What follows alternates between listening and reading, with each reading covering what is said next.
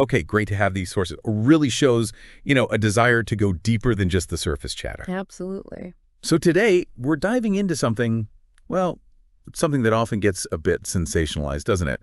Western sex magic. Mm-hmm. Specifically looking through the lens of Frater UD's work that was sent over. Right. And it's important, like you said, to move past maybe the initial simplistic ideas people might have. Yeah, exactly. Forget the quick takes. We're looking at a system of thought, practice, with some surprising history behind it. It's about understanding let's say, the underlying mechanics of a certain kind of esoteric power. Okay. And the material we're looking at gives us that chance to see it not just as, strange rituals, but as a method, a way to understand and crucially direct a very potent human energy. For magical or spiritual goals. Exactly. Yeah. All within that Western esoteric framework, which Yeah. is, essentially those traditions often kept quiet or just for initiates. Right. And what's really interesting in these sources is how they blend things, the history, the theories, even practical exercises. But always coming back to certain core ideas. Yes, always circling back to personal responsibility, ethical awareness. That's a constant thread. Okay, so definitely not just magic tricks. Our mission here really is to pull out the core stuff for you, the listener. Get to the heart of it. Yeah, give you that solid foundation without hopefully overwhelming you. Spark some curiosity, maybe get things to click. So where do we start with something this multifaceted? Good question. History seems like the place, right? I think so. It's crucial to see this isn't some 1960s invention. The link between sexuality and spiritual power goes way back. Right, the sources point that out clearly. Thousands of years, actually. We're talking ancient Sumeria, Egypt, India, often tied up with fertility rites, yeah, but also deeper spiritual experiences. So it's got real lineage, not just a modern fad. Definitely not. And the sources also touch on that that tension, don't they? Yeah. Between the sort of materialist West and more holistic Eastern views? Yeah, that comes up. It's like looking at the same energy through different cultural lenses and different ways of understanding it. And the modern Western traditions are trying to, bridge that gap? In a way, yes. That's what's fascinating. Figures like Aleister Crowley, who gets mentioned, were really influential in shaping this modern Western approach. Taking older ideas and adapting them. Kind of synthesizing things, pulling from different traditions, but creating something distinctly Western.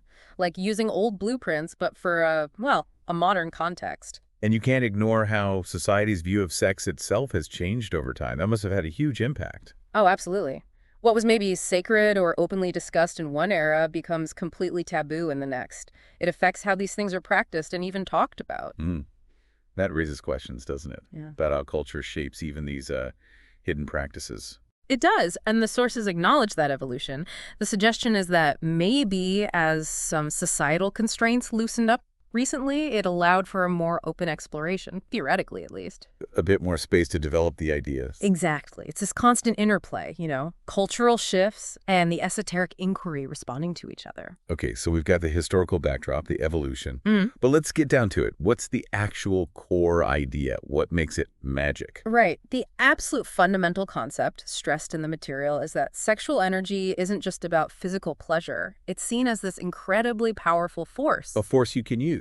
Precisely. For magical work, for spiritual development. It's about transmutation, taking that raw, potent energy and deliberately aiming it. Towards a specific goal or intention. Yes. So harnessing it consciously. But, it can't just be have sex, get magic, right? There must be more involved. Oh, much more. That's where intention comes in. Clear intention.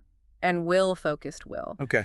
And also achieving altered states of consciousness. Gnosis, it's often called. Gnosis. Explain that a bit.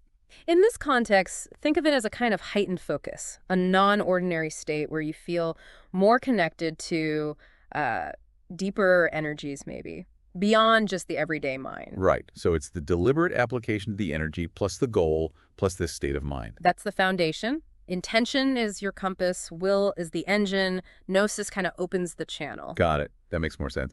The material also seemed keen to, head off misunderstandings. Yeah, anticipating the sensationalism, maybe? Or just vagueness. Right.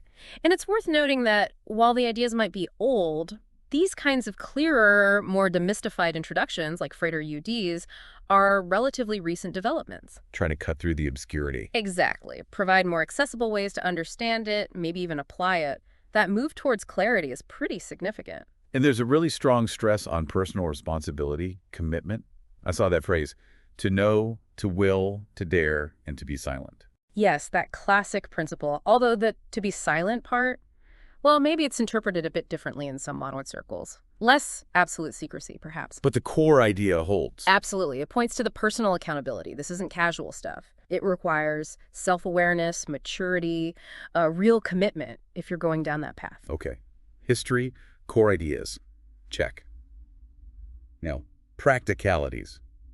Without getting graphic, obviously, what kinds of techniques are we talking about based on the sources? Well, the sources bring up some interesting practical elements. Preparation is key. Physically. Mentally. Both. Definitely both. Relaxation techniques are mentioned.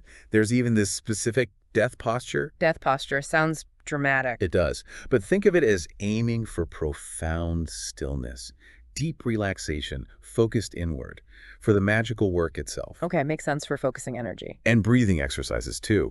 Essential for learning to sort of manage and direct that internal energy. Okay, what else? Concentration and visualization are huge. The idea of creating a magical circle. Like a protective space. Yeah, but maybe visualized. An energetic boundary for focus and protection. And sigils come up. Sigils, those symbolic representations of intent. Exactly. And the idea presented is using sexual energy to charge them, to sort of pour power into that symbol of your goal. Right, like the energy activates the sigil. That's the concept. The sexual energy acts as a powerful current to really launch that intention. That's a vivid idea. Charging sigils. The material also mentioned energy transfer. With a partner. It did, briefly. Sounds advanced. Very much so. It's presented that way, directing energy for healing, maybe, or strengthening a partner, but consistently flagged as needing real skill, control. Definitely not step one. Right, and tracking progress seems important, too.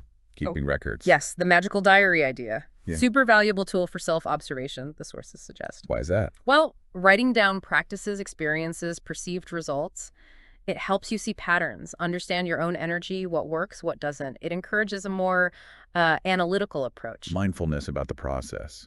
Exactly, especially when dealing with subtle energies. Okay, this is all fascinating, but it's dealing with powerful, intimate stuff. I bet the sources have warnings, cautions. Oh, definitely.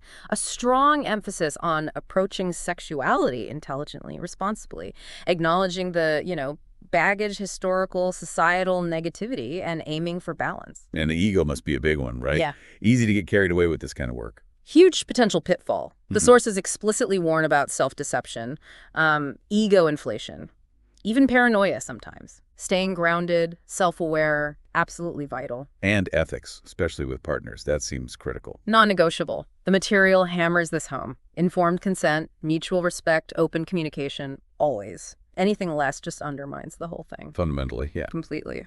The sources also mention possible psychological challenges, which makes sense, I suppose. It does. Working with potent energies, it can stir things up, bring unconscious stuff to the surface. So the advice is caution, self-awareness. Self-reflection is key to navigate that constructively. And one interesting point was about the fetish not being totally dismissed. How does that fit in? Yeah, that was intriguing. The connection drawn is about focusing desire.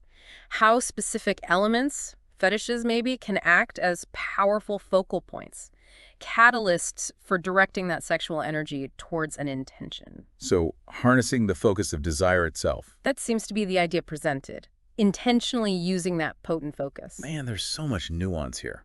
Way beyond simple ideas. And the sources also suggest it's not just one monolithic thing, right? Yeah. Different approaches exist. Absolutely. It's diverse. There are solo practices, various kinds of partner work. Different traditions within the Western stream have different flavors. Influences from elsewhere, like Tantra. Yeah, Tantra gets mentioned sometimes as an influence or parallel, but the emphasis is usually on the unique Western adaptations, how these ideas were interpreted and developed here. Okay. And what about different sexual orientations? Historically, esoteric stuff hasn't always been inclusive. That's true. The material does acknowledge that some older texts maybe had issues, limitations regarding homosexuality, for example. But things have changed. Seems so. The sources suggest a definite shift in more recent times towards much greater inclusivity, recognizing diverse orientations in theory and practice. reflecting broader changes, maybe. Both in esoteric circles and society generally. Yeah, exactly. So it really feels like the constant theme, the thread running through all this, is personal experience, Yeah. inner commitment, understanding it from the inside. That's a perfect summary of a key takeaway. Personal exploration, that inner conviction. Wow. It's presented as essential. Real understanding seems to come from doing the work, engaging with it directly. Right. So, wrapping this up, our deep dive, based on these sources, paints a picture of Western sex magic as, well, multifaceted, deep historical roots, centered on sexual energy as this powerful force for magic, for spirit. A force needing direction. Directed by will, intention, requires careful prep, ethics, self-awareness. And that commitment we just talked about. Yeah. And clearly what we've touched on is just scratching the surface. The sources you shared have way more detail for anyone who wants to, dig deeper. Definitely. This was an overview, a framework to start thinking about a complex, often misunderstood area. Which brings us to that final thought for you, the listener.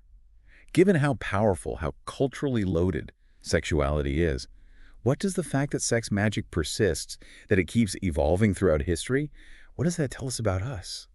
About our relationship with our own energy, our potential? A deep question. Something to chew on, maybe.